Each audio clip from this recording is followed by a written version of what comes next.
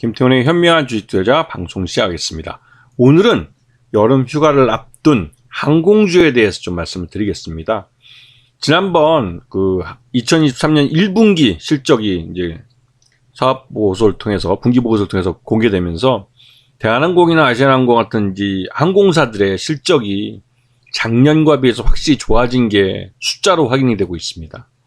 특히 대한항공 같은 경우는 이 공급하는 좌석수, 즉 운항하고 있는 항공기 숫자죠. 이런 건 또 운항 편수나 또 이런 여객들 운송률이나 이런 것들이 대부분 꾸준히 이제 회복세를 나타내고 있고, 상대적으로 적은 수량의 수의 여객기를 운영했던 이 LCC 저비용 항공사들 같은 경우는 더 빠르게 회복률을 보이고 있습니다.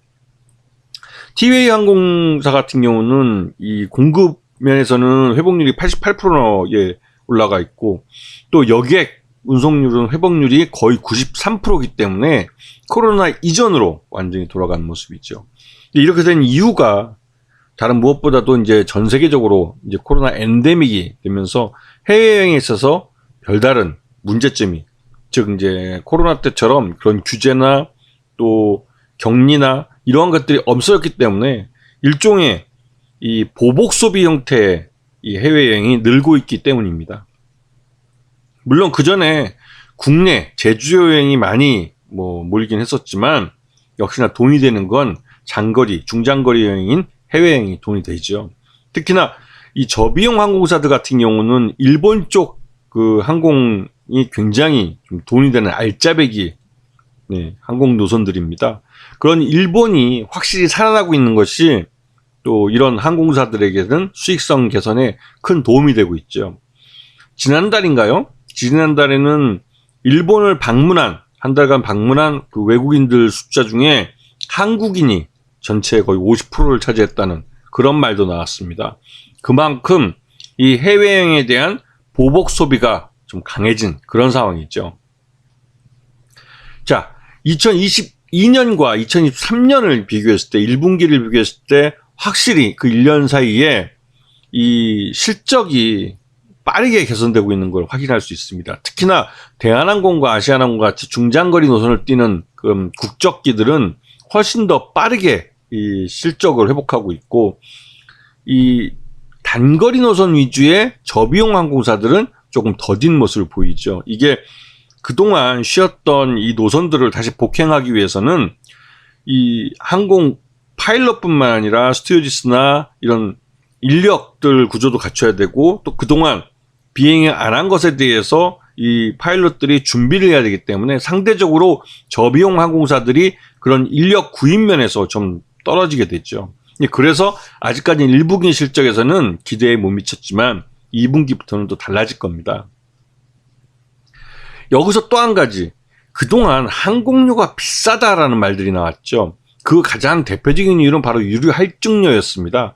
하지만 이 유류 할증료가 국제유가가 떨어지면서 지금 지속적으로 하락하고 있어요.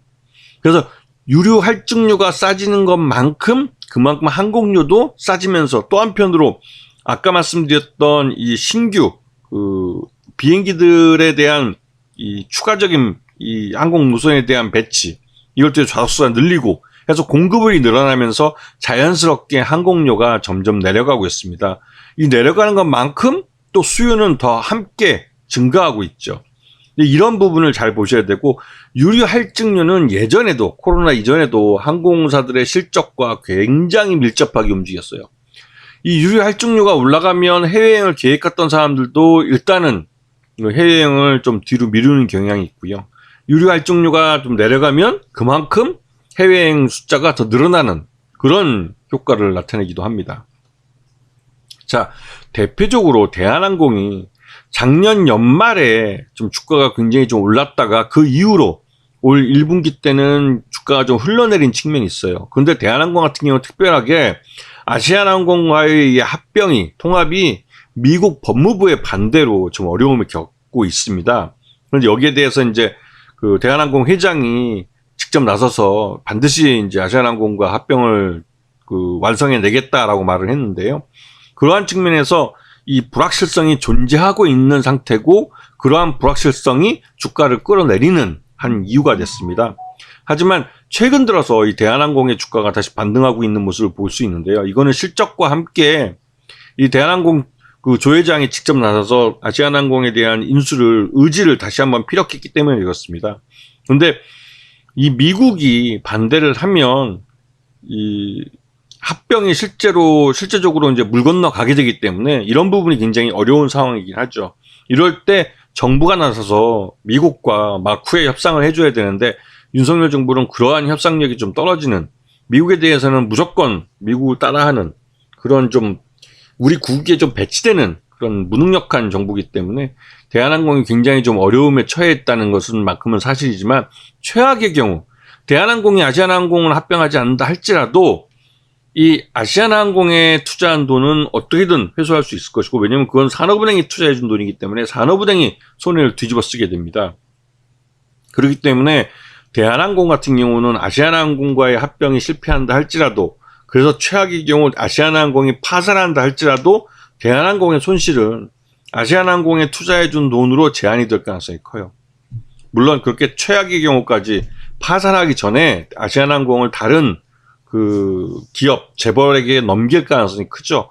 일명 최근 그러한 분위기도 있습니다. 왜냐하면 미국 쪽에서 법무부에서 그렇게 강력하게 나오는 경우도 좀 드물었고, 왜냐면 이 말 그대로 이제 한미 동맹이 그 어느 때보다 강하다고 이렇게 윤석열 정부에서 말하고 있는데, 지금 인플레이션 감축법뿐만 아니라 반도체 과학법도 그렇고 껌껌이 다 미국의 이익만 우선하고 있지, 우리 대한민국에 대해서 한미 동맹이라고 해서 뭐 해준 건 아무것도 없습니다. 오히려 우리 걸 뺏어가기만 했죠. 거의 약탈적이죠. 인플레이션 감축법에 의해서는 우리 현대차와 기아의 미국 전기차 시장을 빼앗아갔고, 이 반도체 과학법으로는 중국의 반도체 시장을 또 빼앗아갔습니다.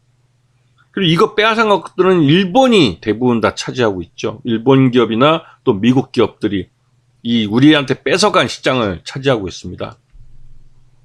근데 이제 항공면에서도 이 태평양 노선에서 대한항공과 아시아나항공이 합병할 경우에는 미국 기업들이 상대가 안 되죠. 그만큼 메가 항공사가 되기 때문에 그에 대한 견제로 이렇게 나오는 것 같은데요.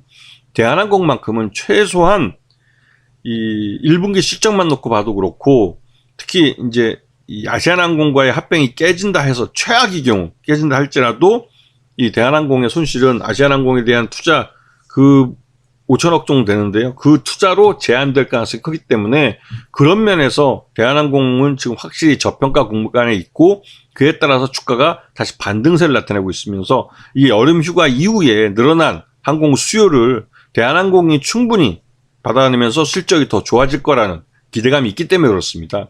1분기 실적만 놓고 봐도 대한항공의 적정 주가는 38,000원으로 평가되는데요.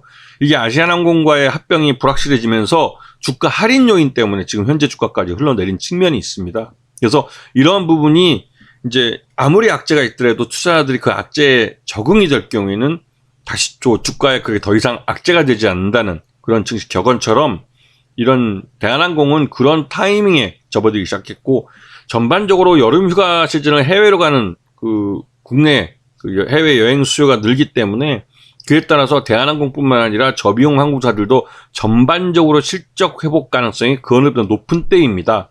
그래서 항공주들은 이제 본격적으로 2019년, 즉 2020년 코로나 터지기 이전의 실적과 비교를 해서 얼마만큼 그 회복세를 따졌는지, 그걸 회복세를 보이고 있는지를 따지는 그런 식으로 기업 가치를 평가해야 될 시기가 온 거죠. 아시겠죠? 자, 오늘 방송 여기서 마치겠습니다. 감사합니다.